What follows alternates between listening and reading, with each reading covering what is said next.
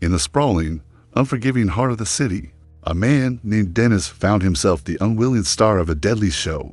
He wasn't a spy, not a soldier, just an ordinary man who had stumbled upon an extraordinary secret. Now, the city's shadows writhed with figures whose only purpose was to erase him. The hunt began at dawn, a glint of a scope from a rooftop, the screech of tires on wet asphalt. Dennis wasn't a fighter, but desperation is a powerful teacher. He vaulted over market stalls, sending the cascade of fruit tumbling behind him, a brief, colorful obstacle for the men in dark suits. He slid down the tiled roof of a centuries-old building, the city a dizzying panorama below.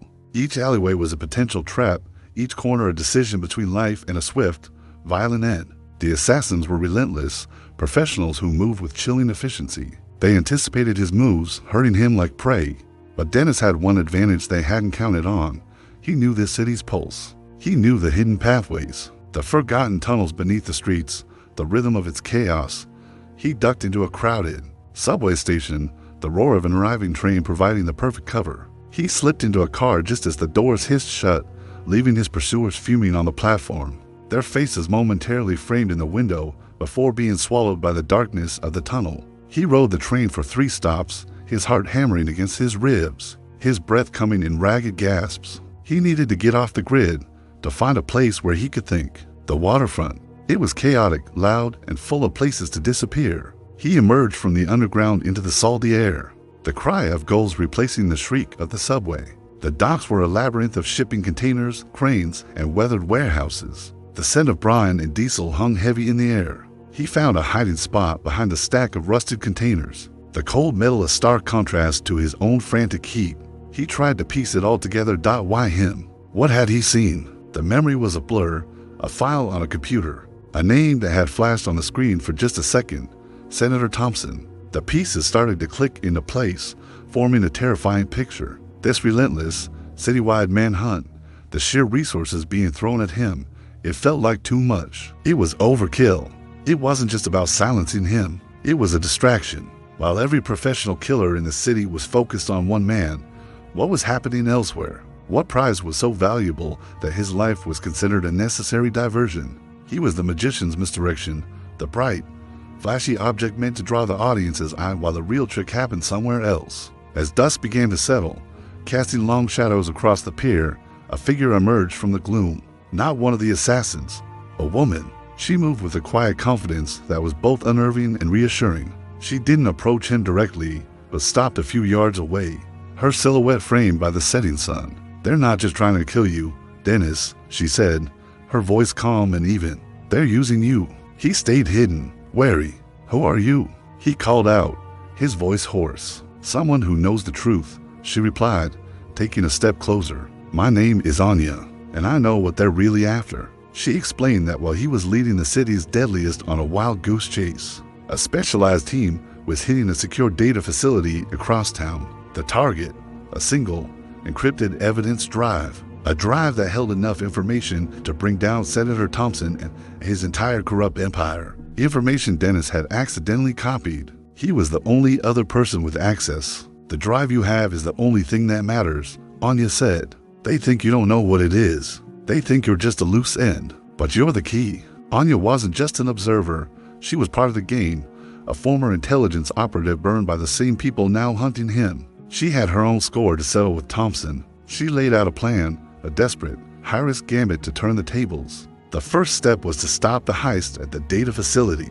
They raced across the city, using backstreets and service tunnels Anya knew from her past life. They arrived at the nondescript office building just as a black, unmarked van was pulling away. "That's them," Anya stated, her eyes fixed on the vehicle. This was it, the point of no return. A high-speed chase ensued, a ballet of screeching tires and near misses through the glittering nighttime streets. Anya drove with a focused intensity, weaving through traffic with surgical precision. Dennis, meanwhile, was on the phone, using a burner Anya had given him. He was calling in a series of anonymous tips of bomb threat here, a reported robbery there. All along the van's projected route, creating a web of chaos designed to slow them down and funnel them exactly where Anya wanted them to go. The chase culminated in a multi-story parking garage, the squeal of their tires echoing in the concrete structure. The van, cornered, screeched to a halt. Three figures emerged, armed and ready for a fight. The confrontation was brutal and swift.